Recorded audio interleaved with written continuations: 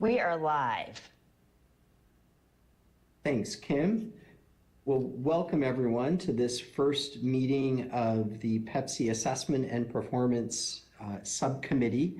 I'm grateful for y'all to be here. Kim, thanks for all of your help with this. Will Andrew and Tom be with us as well? They're going to try, but I think they're double booked. Okay, all right. All right, well, so my understanding is, Kim, do we need to do roll call or anything for these types of meetings? No, Okay. no. So we're a smaller group. It sounds like Dr. Graham, I know, won't be able to make it, nor will Dr. Elliott at this point. So here's what I was thinking, everyone, because I know we work in different areas. What if we go through and just do a really brief intro just to let everyone know who you are and kind of how you intersect this work that we're doing with PEPSC. And so I'll start us off. Randy Penfield, and I am at UNC Greensboro. I'm the Dean of the School of Education and am appointed to PEPSC through that capacity. I'm just going down the list here. Tracy, would you be able to go next? Yes. Hi, I'm Tracy Jenkins. I'm from Kaiser Elementary. I'm a third grade teacher this year. I taught our House Representative John Torbett's grandchildren, both of them. So that might be how I got appointed. Well, welcome, Tracy. Thank you. Ida.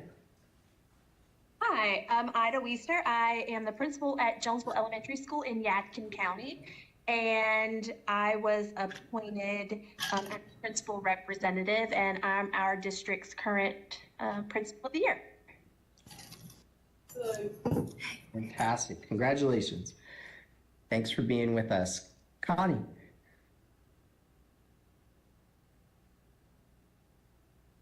Hello, I'm Connie Locklear. I'm Director for the Indian Education Program for the Public Schools of Robeson County. And I was elected to represent the State Advisory Council on Indian Education. Wonderful. Thanks, Connie. All right, so this meeting is really just our kickoff meeting to get us set. So you'll see it's really structured around helping you understand why we're here and then setting up some questions and some next steps. So what you're seeing on the slide is the charge of the committee. I'll read it just so that we don't have completely dead airspace for everyone here. The subcommittee charge: during this academic year, the subcommittee is being asked to tackle teacher education admission criteria, specifically the Praxis Core requirement for traditional teacher education candidates. This legislation is written in General Statute 115-C269. 0.15a and prohibits educator preparation programs from admitting candidates into their programs until they attain passing scores on the Praxis Core exams in reading, writing, and mathematics, or achieve the appropriate score on verbal and mathematical portions of the ACT or SAT, or holds a bachelor's degree. The charge for this subcommittee is to bring forth a recommendation for discussion to PEPSC related to the repeal of this component of the statute related to the Praxis Core and related evidence to support this repeal. And so we're really focused on putting together a recommendation that'll go to PEPSC. And I think that's going to be important for us as we move through this work. Let me pause there. Timeline is coming up here. Yeah, thanks. Any questions on the charge of the subcommittee? All right, Kim, next slide. Here is our timeline. We're in the meeting today on the 24th. We have 2 more meetings as a subcommittee, and then the thought is, can we get that recommendation to the April PEPSC meeting? Any questions on the timeline? All right. So here is where I was really hoping Andrew or Tom would be with us to talk through the law related to the Praxis Core. You all have been given the documentation that articulates this. And in essence, it asserts that an EPP shall not admit a student until that student has met one of the following criteria, and one of them is the Praxis core. Kim, if you want to go to the next slide. Dr. Penfield, I'm here. Oh, you are here. Fantastic. But you did, I mean, I wouldn't have said it any differently, so. You flatter me. Is there any other context you'd like to put around there that you think would be useful? No, not really. I mean, I think that's the crux at what you're, Yep. of what you're discussing. Like, I mean, I think everybody needs to be clear that this is a statutory obstacle that you're trying to remove. And that requires, you know, we can't make this go away through policy. So I just need to be clear that this is advocacy to the General Assembly, not advocacy to the state board or PEPSC at large. And then the process is it would go from PEPSC, and then from there would go to the state board, and then from there could lead to changes at the legislative level. Is that, Tom, is that? That's right. So basically what you're requesting from PEPSC is a formal request of the board to include the elimination / modification, whatever it is you're going to recommend, to be placed on the state board's legislative agenda. And so it's not really a policy you're creating. It's just the request to make it part of their legislative agenda for this coming session. I'm just making notes here for myself. To the subcommittee members, do you have any questions?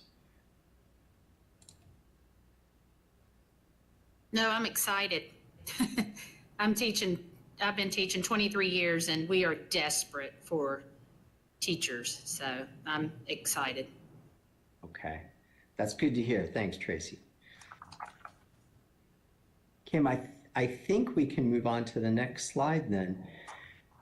So for us, in terms of drafting something for PEPSC, this is the way I'm imagining it, that this subcommittee will craft a document that will come to PEPSC. It does not have to be a long document, but it will outline the justification and the evidence supporting this request coming to PEPSC. And so part of that can include existing research and resources. And there has been a little bit of research out there that's been done to link use of an exam such as the Praxis Core, and in some instances the Praxis Core, back to teacher effectiveness data. We also have a very interesting instance that happened in North Carolina because the Praxis Core requirement was lifted for a brief amount of time in response to the pandemic. And so we have an opportunity with DPI's help to actually look at data for teachers who were admitted and entered the teaching workforce, but did not take the Praxis.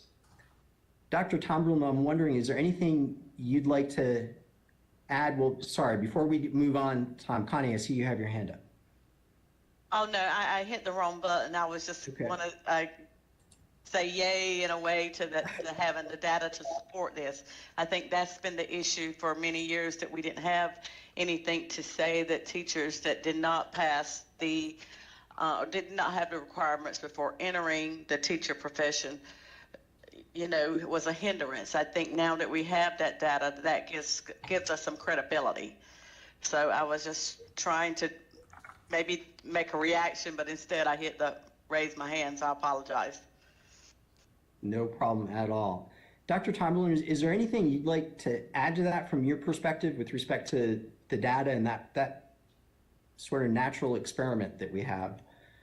Yeah, I mean, we certainly can look at these folks to determine, is there any difference in the folks that came in without the Praxis Core in terms of their effectiveness. The problem is we don't really have a whole lot of, there's not a whole lot of time there. So We may have 1 year, maybe some of the folks this year that went through admissions at the beginning of this waiver, they might be in the field and they might have EVOS data that we could look at, but we would have to look at that and assess whether there's a large enough sample for us to analyze.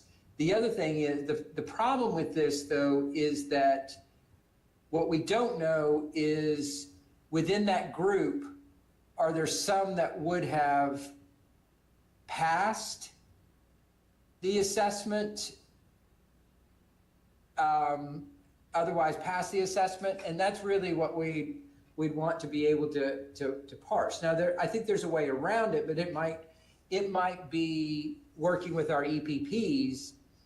You know, there is the requirement that you can produce a certain SAT score to waive out of that. Now, folks applying to EPPs are probably in their second year of school. So and I know during COVID, universities also waived the testing requirement, but we may get lucky, and a lot of these people did submit SATs under the requirement. So we could use that as kind of an identification strategy, like if they have the SAT, which would have waived the praxis, we're going to consider the core. We'll consider them core passers, and if they've got an SAT below, we're going to consider them non-core pass. So using it kind of as a proxy for that, and then we could look at, do these folks perform differently in the field? That's the way I've thought about it but I haven't dug into the data to see what's even available. So. Tom, thanks for that. Tracy, question. I wanted to make a comment. I think that we could look at some data of, this is what I see in my world. These young teachers have gotten into the program and have their degrees. It's taking them 4, 5, 7 times to pass the praxis that gets us certified at the end. So could we not look at that data that they passed it? They've been teaching 2 or 3 years and still cannot pass the end test. So could we maybe use that data to help us? They haven't passed the what? Okay, so you go through, when you graduate from college, we have to take a test again, reading and math. I had to do writing, but I've been teaching for 23 years. And to get your certification in North Carolina. These young teachers who pass the core praxis, who have their 4-year degree, who are teaching because we cannot get teachers. So they've been teaching 2 and 3 years and still cannot pass the praxis to get their license 4 and 5, 7 times, a lot of these girls. So I think data could be justified for that. Oh, absolutely. So, but I want to be clear that that's a separate policy issue here. It is. I just thought it could help. Yeah, and I'm focused on, I mean, we can look at both sides of that coin.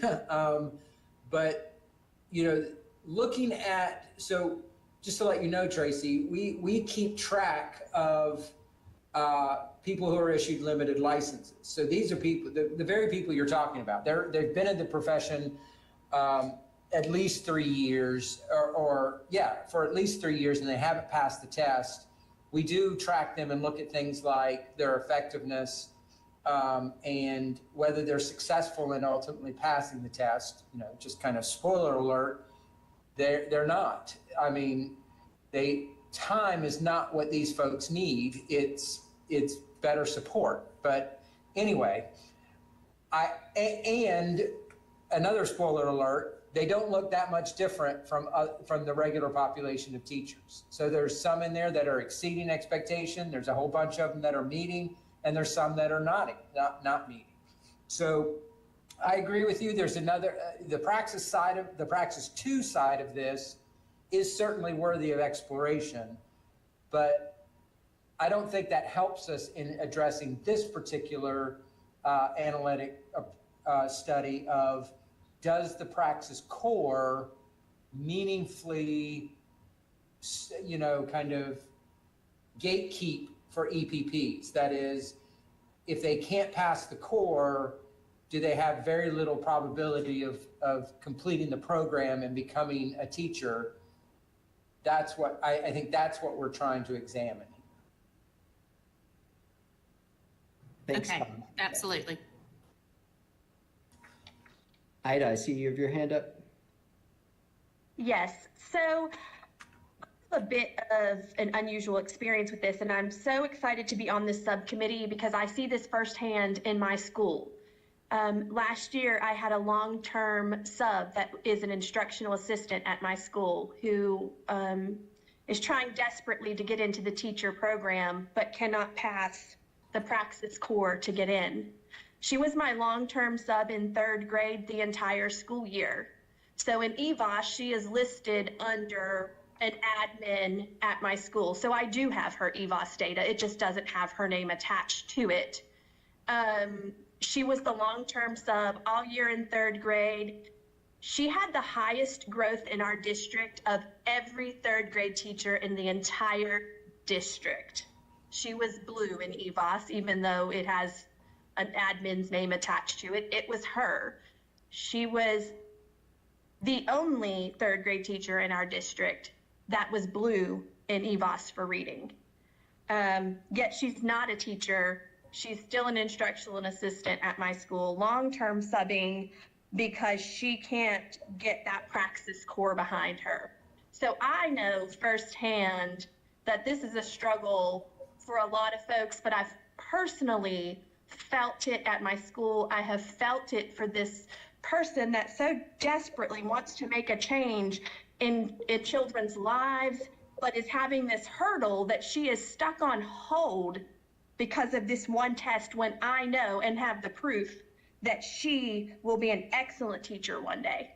So I think those may be some of the things that we need to reach out to districts about. Do other districts have that type of information that we can glean something from? So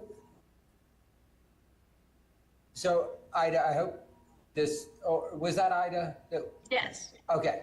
So, and I'm sorry, Dr. Penfield, I don't want to jump into that without. No, please. I was going to ask if you had thoughts on that. So, here's the challenge from my perspective. Like, I use data to drive important policy decisions, which relies on what's happening in the aggregate across large numbers of individuals. I can tell you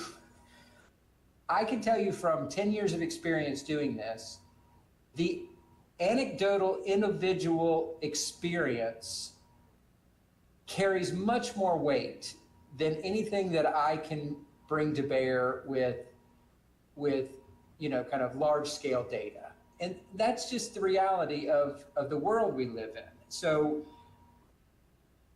what I'm saying, I guess, is the most compelling story is going to be where DPI, Tom and his team, come up with some really strong analytic findings that says this is not working the way we think it is, coupled with some very important qualitative and personal stories of how this is not working on an individual level.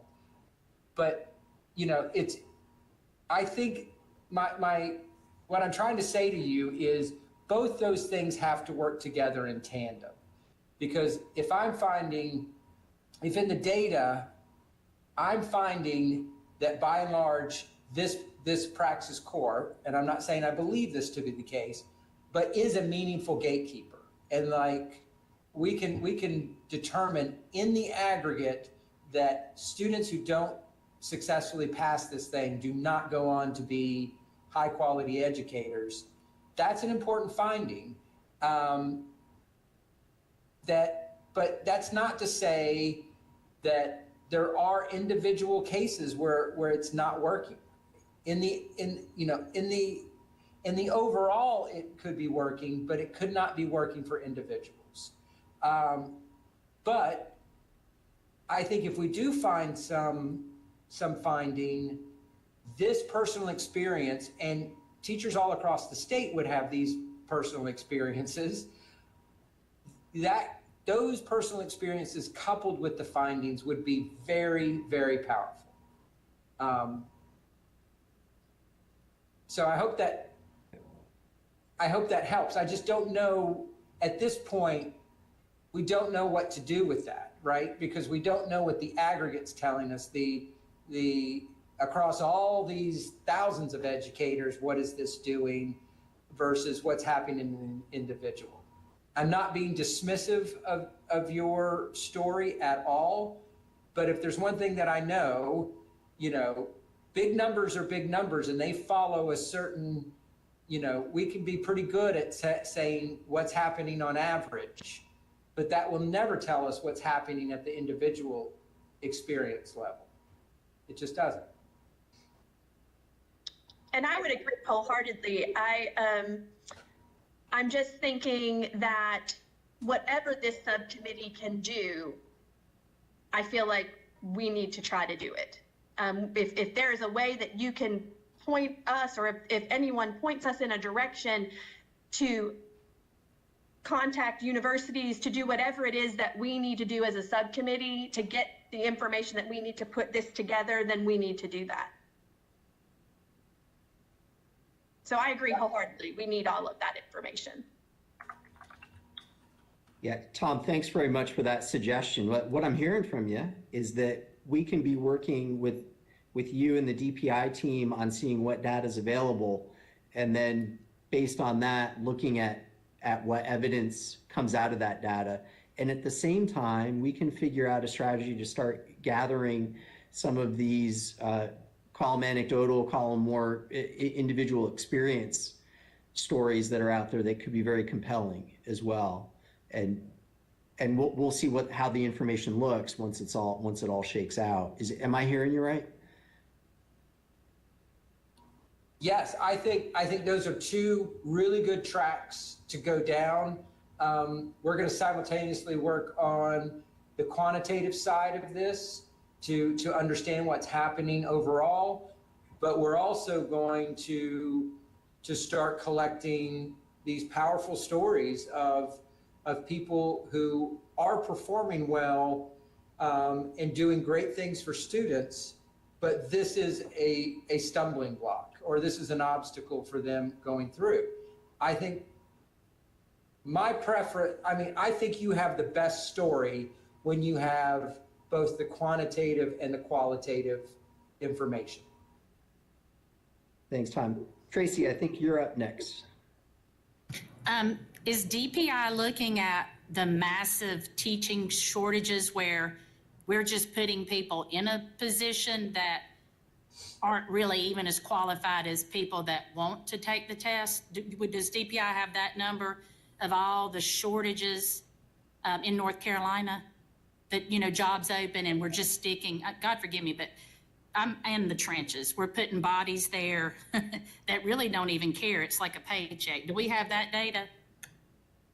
So we do report on that annually in the State of the Teaching Profession report. And as of yet, and we're working on this year's right now, so I don't have the most recent numbers, but the data don't, again, this is the individual versus the aggregate. So across the state, when we look at this, this is not anything that we would say the profession is in dire straits.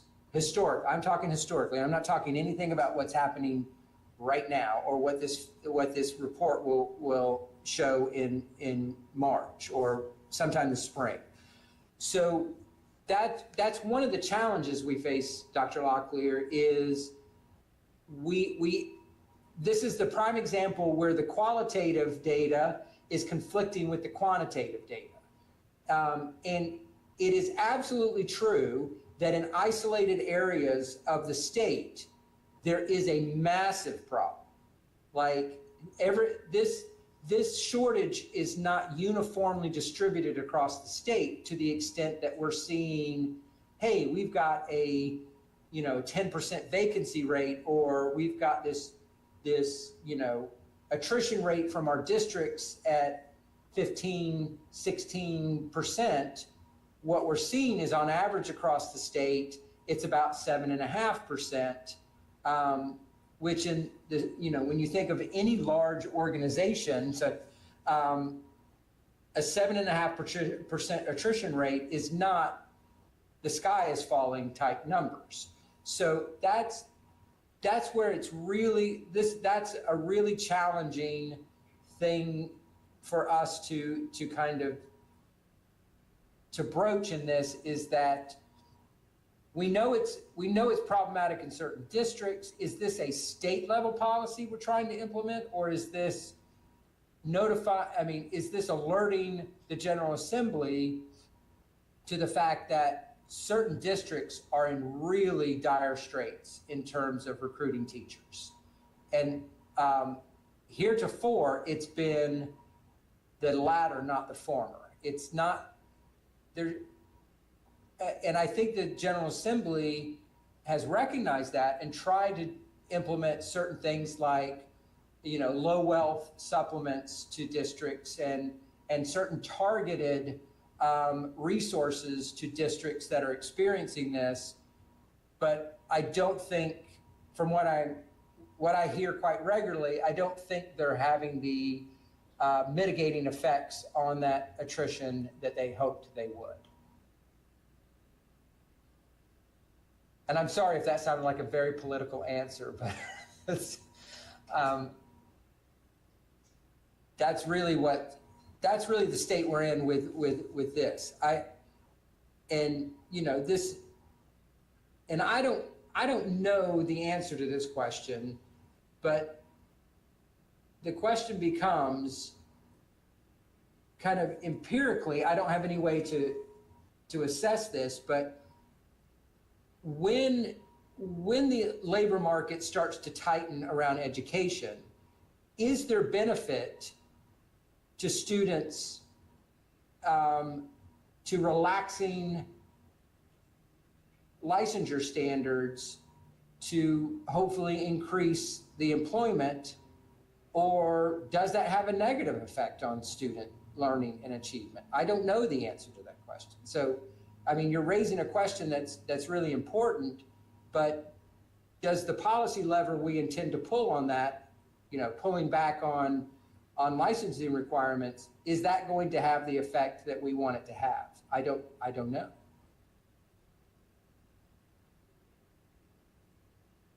Connie, you have a comment or question? Yes, I do. And Tom, you're right. That was a great political answer. I'm practicing. But for those of us that live in rural communities, and for those of us that live in communities where we have long-term subs, we see things a little differently. And I guess what I'm saying is, when we look at it from a quantitative, and you kind of answered this earlier when you said looking at it from both a quantitative and a qualitative perspective, it gives us additional information that we need and we can pull from. I think so often in the political world, we look at things from a quantitative perspective, and I'm a math person, so I do that a lot too. But I think that we really have to start focusing on some of the qualitative pieces. And as I think someone mentioned earlier about the teacher at their school that has the highest scores, I think every district has some of that. I think there's districts all across the state that has those teachers in there. And from my perspective, if every teacher had 2 individuals that's performing at that level, but just having an issue with passing the test, then to me, there's a problem could be a problem with the test. We're not saying to lower the standards, but what we are saying is provide them opportunities to get into the profession, and as you stated earlier in your response, to provide them that additional support that they need so that they can be successful. For those of us that are in these communities where we have students that are sitting in classroom and parents are complaining, my child has had a sub for the past 3 years in a math class, and the university's only graduating 2 or 3 math teachers. They're not going to come to some of these rural communities. They're going to go to the Research Triangle where they're getting 25% supplement. So I think that we're going to have to look at all of those. We're going to have to put all of that together as we focus on ways to try to change this so that we can get those teachers in the classrooms. Yeah, I don't disagree. And I think one of the things that you're pointing at that I've long been an advocate for, especially in regard to this limited license thing, is any teacher that is meeting or exceeding growth with their students, why are we concerned about the test? Like, they're doing the job and they're doing it at proficiency. Why don't we just go ahead and license them? I mean, what's the point of making somebody who's already demonstrated that they're doing the job that we want them to do to go back and take a test that may or may not have anything to do, have any relationship with whether they're performing that job? It just is nonsensical to me. But all I can do is continue to beat that drum. But yeah, I agree. And I think those of you who know my relationship with, what has been called the pathways model, it really is trying to get out of all this, let's use these different proxies to try to get at what we want to know, which is how well these teachers are helping our students. And if that's the ultimate goal, let's develop a system where that is the goal, and not these things that seem that at best are tangentially related to that goal. But I mean, I could talk forever about this, but I don't know. I mean, I'm going to defer back to Dr. Penfield, and I'm going to quit talking unless he specifically asks me to. Another quick question, Tom. You mentioned that across the state, it was 7% in some areas. Do you have the data for some of the rural areas? Because I know if you're looking at an average, that's going to change. But in some areas, it may be overall an average of 5 to 7%, you said. But in some of our rural communities, you may be looking at 25, 30%. So I'm wondering if you have that data broken down by regions or by counties or LEAs? Oh, yes. So this goes back to 2015-16, and so I'm telling you the statewide average, but I can tell you absolutely some of our eastern rural districts are reporting attrition rates of 15 to 25%. And I can tell you on the western side, those rural districts are often reporting attrition rates of 1 and 2%. So yeah, I mean, I'm preparing this report largely from the state perspective, but in those documents, there are individual districts identified with their attrition rates, and it's highly variable across. And I'm going to drop the link in the chat so that you can see where those are, if I can find the chat. Ah, there it is. I'm in Gaston County, and I'm in a very big district. I'm gonna brag on myself, and I'm sorry, but I am. I'm the #1 teacher out of every elementary school in Gaston County, and I'm blue. I mean, off the charts. So, yeah, I'm #1. But just so you know, because I know Gaston County's rural and we're big, but in my school, we have 2 shortages. our 3 fifth-grade teachers are sitting at 35 kids in each classroom. So that's where we're at in Gaston County.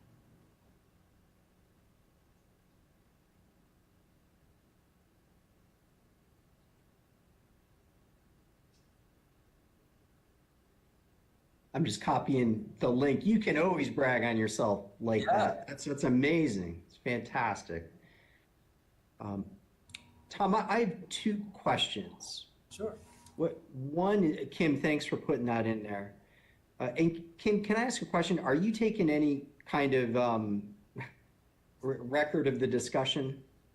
I am to some extent. I'm trying to also put it on the slides. Yeah, that's great. All right, Tom, the first question is data that DPI might have. What I heard from you earlier is, boy, it was a narrow window in which that data, which those individuals went through, they're now just kind of hitting the workforce. So the extent to which there's EVOS data on them, we need to explore. What would be the timeline on this committee, this subcommittee, getting an understanding of what kind of data we might have?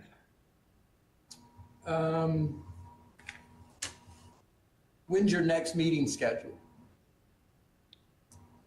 Is February 26th. And Kim, Andrew's not on this call, is he? He is not. I can ping him. Let me,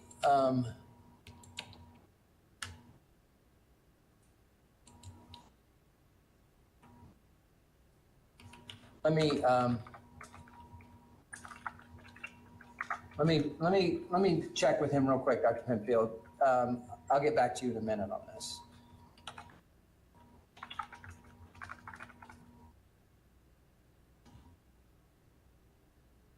For the rest of the subcommittee members, while we're waiting for Tom on this,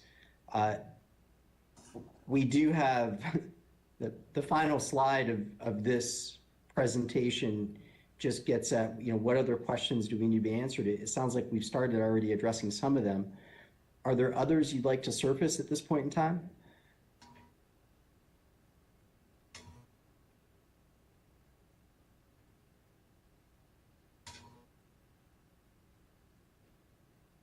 And Tom, I do have a second question. Sure. Would it be, so here's where we're at. We have data and quant work stemming from that data to look at what that shows. We have stories from individuals where this legislation has not worked out in our favor as a state. To what extent would it also be useful to include other evidence, for example, other research studies that have examined the link between Praxis Core or other similar assessments and teacher effectiveness? Yeah, I think it would be extremely helpful. I don't know of any off the top of my head, but and being far removed from graduate school, I no longer have access to those journals. So, but I think you might. Yeah. So yeah, I think it would be very helpful to know if other states have looked into this, and had any findings as a result. Okay, that's good to know. And to the subcommittee members, there's a few summary papers out there that we can disseminate for your reading pleasure that provide overviews of what's out there. But I'll take a deeper dive into that topic myself and share out any specific studies that seem to be really informing what we're looking at. Connie, please go ahead. I'm sorry, Dr. Penfield, Dr. Seiberg is on. So if Dr. Tomberlin wants to ask his question about the data timeline to Dr. Seiberg. Sorry, Dr. Locklear, for interrupting. No problem. I just wanted to ask Dr. Penfield a quick question. What is your take and the university's take as it relates to educators being or teachers being part of the, I guess, going this route, I guess is what I'm trying to say. What are your feelings from a university perspective? Yeah, and with respect to the Praxis Core? Yes. Yeah. So Connie, it's a great question and I'd love to answer it. I think we have Andrew just on for a short amount of time. So is it okay if I table that question? Absolutely. Great. Tom, you're on with Andrew. All right, Andrew, I think I sent you the question. So we're trying to determine whether by next meeting, February 28th, we could have some, not the full analysis, but give an indication to this group, how many people have entered the profession, how many people who took advantage of the waiver from Praxis Core entered the profession by, I would say, 22, 23, and that we might be able to have EBOS data for. Yeah, so that's part of what Andy Baxter's working on right now. He's out sick today, but I can certainly check back in with him to see if the 28th is a timeline that he can meet. I actually think that he probably could get to some preliminary findings there. But there's no doubt that we have access to those folks that entered the ed prep program space that never took a test, as well as those folks that entered the ed prep space that failed the test, and despite failing the test were allowed in because of the waiver. So there's going to be, we definitely have access to that. It's just a matter of finding the time and getting through the data analysis. So yes, I will, I'll check on that, but I'm actually optimistic that we should be able to make that by the 28th. So, one of the things I would say to that, Andrew, is that population that never took the test may include people who would have passed or had a high likelihood of passing, but didn't even attempt it because of the waiver. I'm wondering, so one of the things I suggested is that we could look at their SAT scores to see if any of those folks have an SAT that would have qualified, excluded them from having to take the Praxis Core, and we wouldn't want to include those. Expunge them as well. Yeah. Yeah. What we're trying to do is a group of people who were more likely than not to have not passed the Praxis Core on their first attempt, but otherwise were allowed into EPPs. How are they faring in the field now relative to the other group who either took it or were probably likely to have passed it? Right. Yeah, I'll circle back. And the 28th of Feb is the next meeting for you guys? It's the 26th. 26th of Feb. Okay. Yes. I'll get that to you, Kim, so you can share that out with them when we have a ballpark. But unfortunately, I can't ask Andy right now because he's out sick today. But Sure. But we'll get that for you. Andrew, That sounds like a reasonable timeline, but if we run into any problems with it, we'll let you know sooner rather than later. Right. I will say that the planning meeting would be earlier than that, but I need to look on my calendar for when that planning meeting will be with Dr. Penfield, because I'm sure that he wants to see that during that prep meeting. Okay. Well, I'll get a timeline as to when Andy thinks he can get to it. I think because we pushed the State of the Teaching Profession report and the EPP reporting back a month, that freed up Andy to have some flexibility in a way that we would not have had if we were trying to get all this out in February. So that's why I'm saying I think we can be pretty optimistic that we can get something in front of you guys in time for that. Thanks, Andrew. We appreciate it. Sure, anytime. Tom, do you have anything else in relation to that particular point? No. Of using that? Okay, so I'll go back to Connie's question in terms of as in an EPP, the Praxis Core, well, first, it is probably not equally distributed across all EPPs. right? So it probably looks a little different depending on which EPP you're in. I can share from our perspective as among the most diverse campuses in the UNC system, a minority serving institution, the Praxis Corps poses a very large barrier for students who are looking to enter the licensure program. We have many students every year, and we have an entire academic hub set up with tutoring throughout the semester to help them. And in spite of all of our efforts, every year we lose multiple individuals every year who are just not able to pass that hurdle. And I think it's probably even more extreme at some other universities. Connie, does that address the question you asked? Yes, it does. Thank you. It could be useful. I will connect with some of the state level groups like NCACTI, I know they're very concerned with this as well, and so I'll connect with them just so that we're connected with what they're doing, and it could be that we can gather some information there. Tom, are you seeing an avenue where this could also be a helpful part of the argument presented to PEPSC, the EPP's perspective?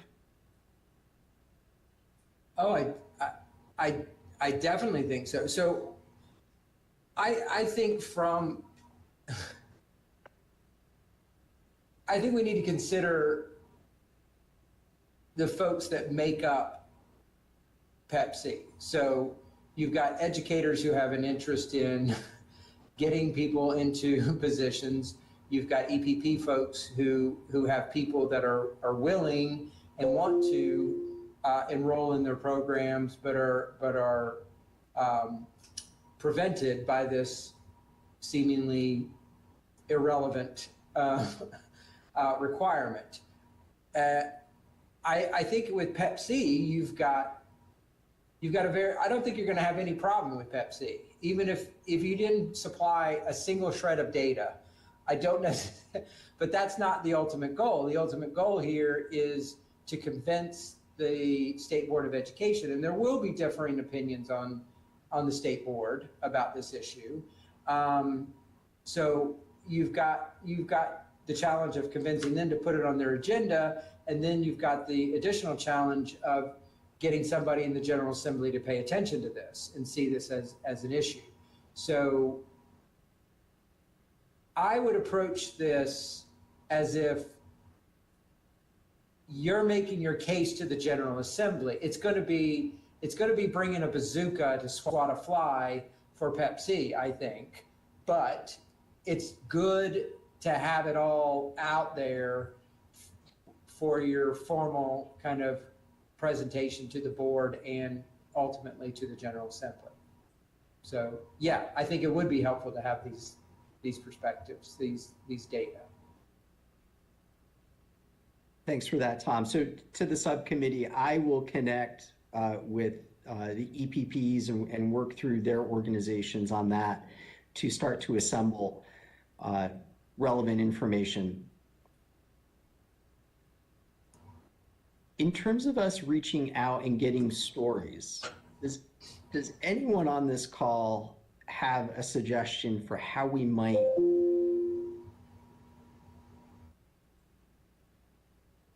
Could we not look, see, we all have our data. Every teacher knows exactly where you're at. We know where every grade level's at in our schools. So could we not reach out to those teachers? We already have all the data and we could justify it ourselves. So for the stories like I don't know who said it, and I'm sorry, about this wonderful teacher who is in the blue. We, through the schools, we can all produce that in a personal experience. I taught a teacher, I was her 5th grade teacher, and we taught together. She was she got the bonus check, and I don't know if she was in the blue, but she got the bonus money. She was one of the people I was telling you, 7 times it took her to pass the final test. So right there would be an example. Connie, you have other information to add? I was just thinking about maybe speaking with, someone could speak with the superintendents and allow superintendents from their schools, from their districts, to give some of that input. I mean, I think all of us here could give input, but I think it needs to come, as Tom mentioned earlier, from across the state and not just a few select districts. So if we could get that information from maybe across the, from the superintendents or from all the LEAs, if there could be something that could be sent out. I know the principal mentioned earlier that the teacher was listed under admin, so there was no way that anybody would know that that was a substitute in that classroom at that particular time. So those are, I think, reaching out to the superintendents and have them to gather that data from their principals would, I think, would be a way that we could get some additional information.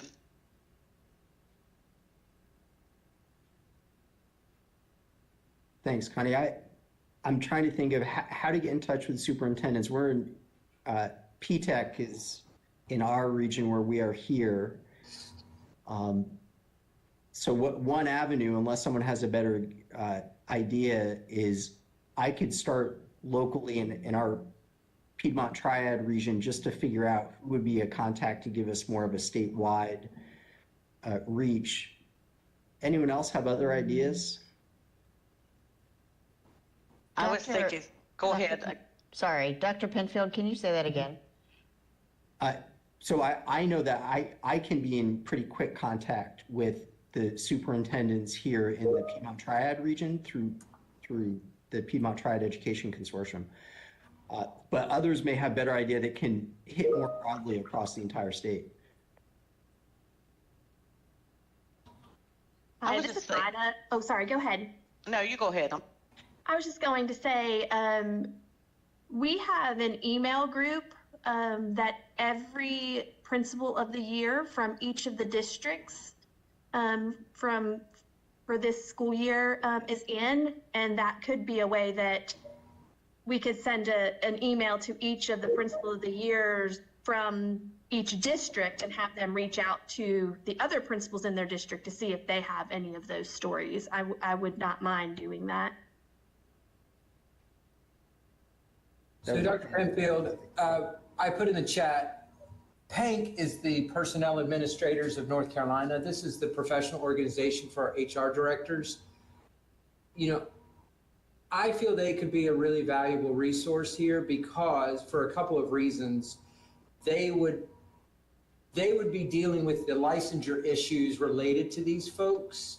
And the other thing that's really helpful for this group is they're very sensitive to the privacy issues that come from this. You know, I think we need to be very careful. There's two sides to this coin. While we are lifting these teachers up as being very successful with students, there's this kind of potential stigma of we're identifying these teachers that are not able to pass a test. So it would be great if the HR directors could help us with this, because they would be much more sensitive to telling the story without inadvertently saying something that might violate the privacy of the individual. Tom, do you happen to have a point of contact? Yeah. There.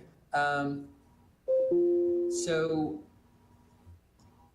And if you want to pass it along outside of this. Yeah, let me connect with the president and make sure this is something they would be even interested in assisting with. And then I'll connect you to. Okay.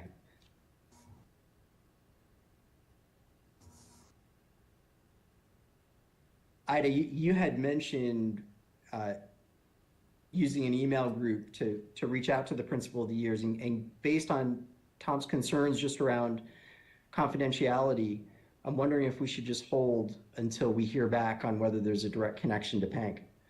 I totally agree with that. I think that's a great idea. And I think that if we did reach out in the email group, we would have to specify that we wouldn't want names, et cetera. Right. But absolutely. Okay. All right, so I know we're coming up to the end of our time. It seems like we have full next steps. Kim, are you seeing anything that I'm leaving out? I don't think so. I think we have full next steps. Anything else for the good of the order before we adjourn? I know y'all are really busy. Tom, anything? I saw your screen light up there. No. Nope, okay. So I know y'all are really busy. I'm grateful for your contributions here. I think this was a really good meeting to get us going. We'll start working on these components. Dr. Tomberlin, thank you for your contributions and working with your team there at DPI. Dr. Seiberg, thank you for joining us as well. Kim, as always, thanks for all that you're doing to help us out.